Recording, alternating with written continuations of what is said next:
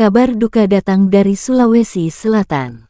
Amin Syam, mantan gubernur Sulsel periode tahun 2003 sampai tahun 2008, meninggal dunia Jumat tanggal 1 September malam. Kabar duka disampaikan Sekretaris PWDMI Sulsel Hasid Hasan Palogai. Hasid Hasan menyampaikan kabar duka kepergian Ketua Dewan Masjid Indonesia Sulsel itu. Hasid Hasan menyampaikan Amin Syam tutup usia di RS Siloam. Jenazah almarhum akan disemayamkan di Rumah Duka Azalea, kata Hasid Hasan.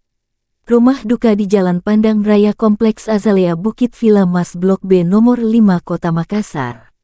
Amin Syam, mantan Bupati Nrekang, Ketua Golkar Sulsel dan satu periode menjabat Gubernur Sulsel, 10 tahun terakhir, Amin Syam berkhidmat di Dewan Masjid Indonesia Sulsel.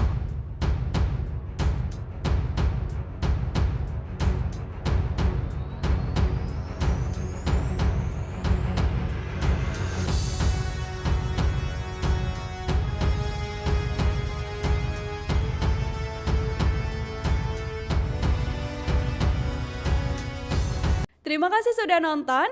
Jangan lupa like, subscribe, dan share ya.